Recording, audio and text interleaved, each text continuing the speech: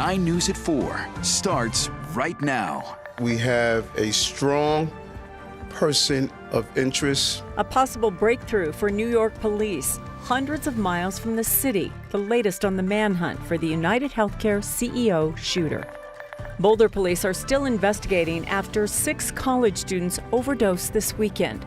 Experts say it's another example of why you can't trust illicit drugs. You don't know what type of drugs you're using when you're buying them off the street right now. Sometime in the next hour, we'll know the finalists for the Heisman Trophy. All eyes are on Boulder. And the Avalanche are getting a brand new look between the pipes. They made a big trade today to rehaul their goalie department.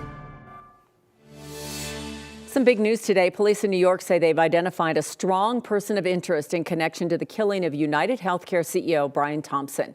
Thanks for joining us. I'm Kim Christensen. I'm Alexandra Lewis. NYPD identified the man as 26-year-old Luigi Mangione. Mangione was arrested in Altoona, Pennsylvania, some 280 miles away from the city. Police say he was identified at a McDonald's and arrested on firearms charges. They say he had a gun, a mask, writings that tie him to the shooting of Thompson, which happened last Wednesday. Responding officers questioned the suspect, who was acting suspiciously and was carrying multiple fraudulent IDs as well as a U.S. passport. Upon further investigation, officers recovered a firearm on his person, as well as a suppressor, both consistent with the weapon used in the murder. They also recovered clothing, including a mask consistent with those worn by our wanted individual. Now, at this moment, police are still only referring to him as a person of interest. We have much more on that story coming up later in the hour. Taking a live look outside now. Chilly day after some mild weather over the weekend. I-25 shut down for a bit today near Castle Rock after they got some serious morning snow. Look how slow it was going. More could be on the way later. Kathy, it was weird. Yeah. Like parts, and for a little bit out by me, it was this little wispy stuff, and I was like, oh, it's snowing, and that stopped. Yep, same for me. And usually I'm down in Douglas County, like 6,100 feet. We always get the snow, but you go just a few miles further south from Parker and Highlands Ranch, and you saw that video. I mean, it closed the highway down, and it's still snowing south and west. But Denver may still get in on some of the action, and that doesn't make everybody happy because the evening drive now is underway, and things are looking good so far. It is cloudy and cold with scattered snow showers around the area and a winter weather advisory west and south of town. It's beautiful up in the Grand Lake area.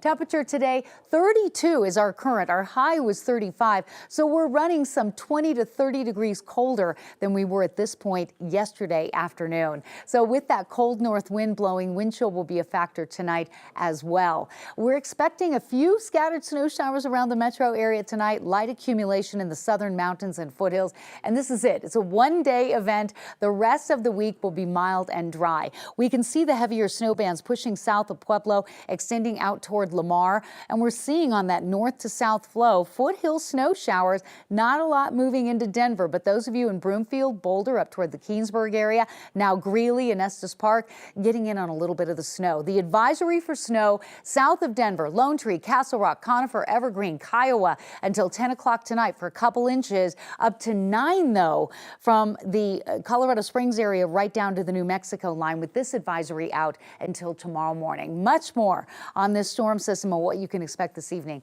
That's just ahead. A former funeral director already charged with storing a woman's body in a hearse for over a year will now face even more charges. Miles Hartford is now accused of stealing money from people who were trying to pre-plan their funerals.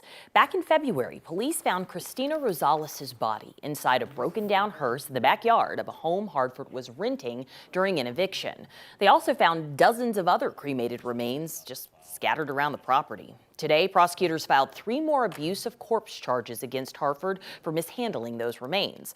They also charged him with 4 counts of theft, accusing him of stealing from people trying to plan their future funerals. 9 News consumer investigator Steve Stager spoke to those victims today, and you'll hear from them coming up at 5. Boulder police are continuing their investigation into an incident that sent 6 University of Colorado students to the hospital. All of them are believed to have used cocaine that appears to have been laced with another drug. Kevin Vaughn from 9 News Investigates has been looking into this today, and he joins us from the Boulder police station. And Kevin, do we know a little bit more about what happened here and how this happened?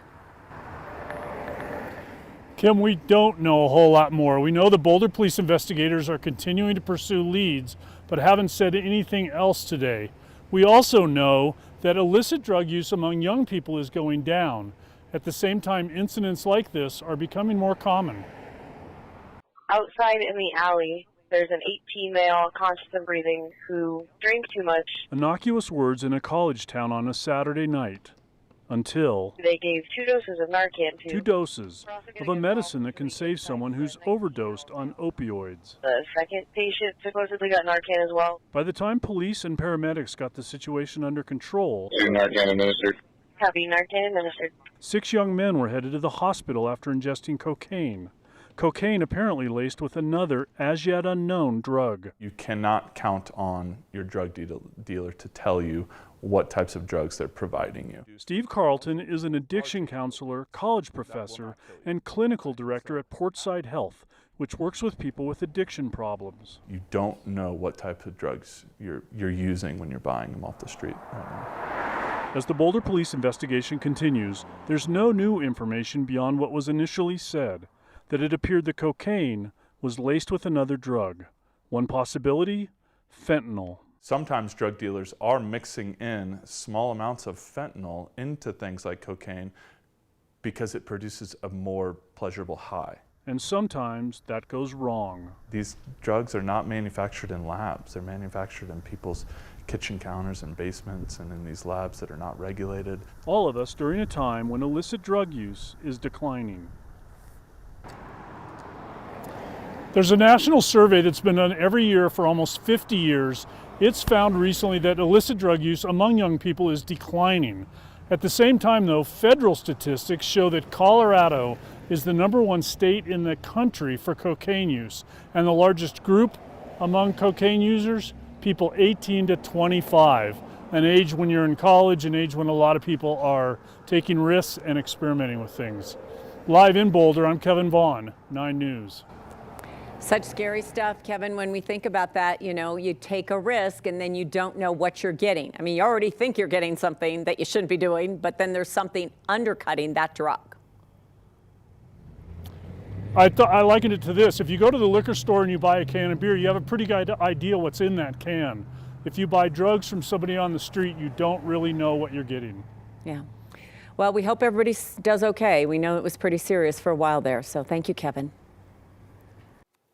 The law firm that the Colorado Secretary of State's office hired to look into the posting of voting machine passwords online has finished its investigation. The findings show there were several mistakes, but ones that were unintentionally done or done mistakenly. The report went on to say the hidden tab was like scratch paper for the employee who created it. The law firm also made 7 new recommendations to be put into place. The passwords for the machines in 34 counties were found in a hidden spreadsheet tab on the Secretary of State's website for months. But even after Secretary of State Jenna Griswold found out, she did not tell county clerks in the state until it was revealed to the media. Investigators looking into what they're calling the dinner time burglaries say they're hopeful they'll identify and arrest suspects soon. The Arapahoe and Douglas County Sheriffs hosted a public safety town hall today. We first reported about these cases in late October.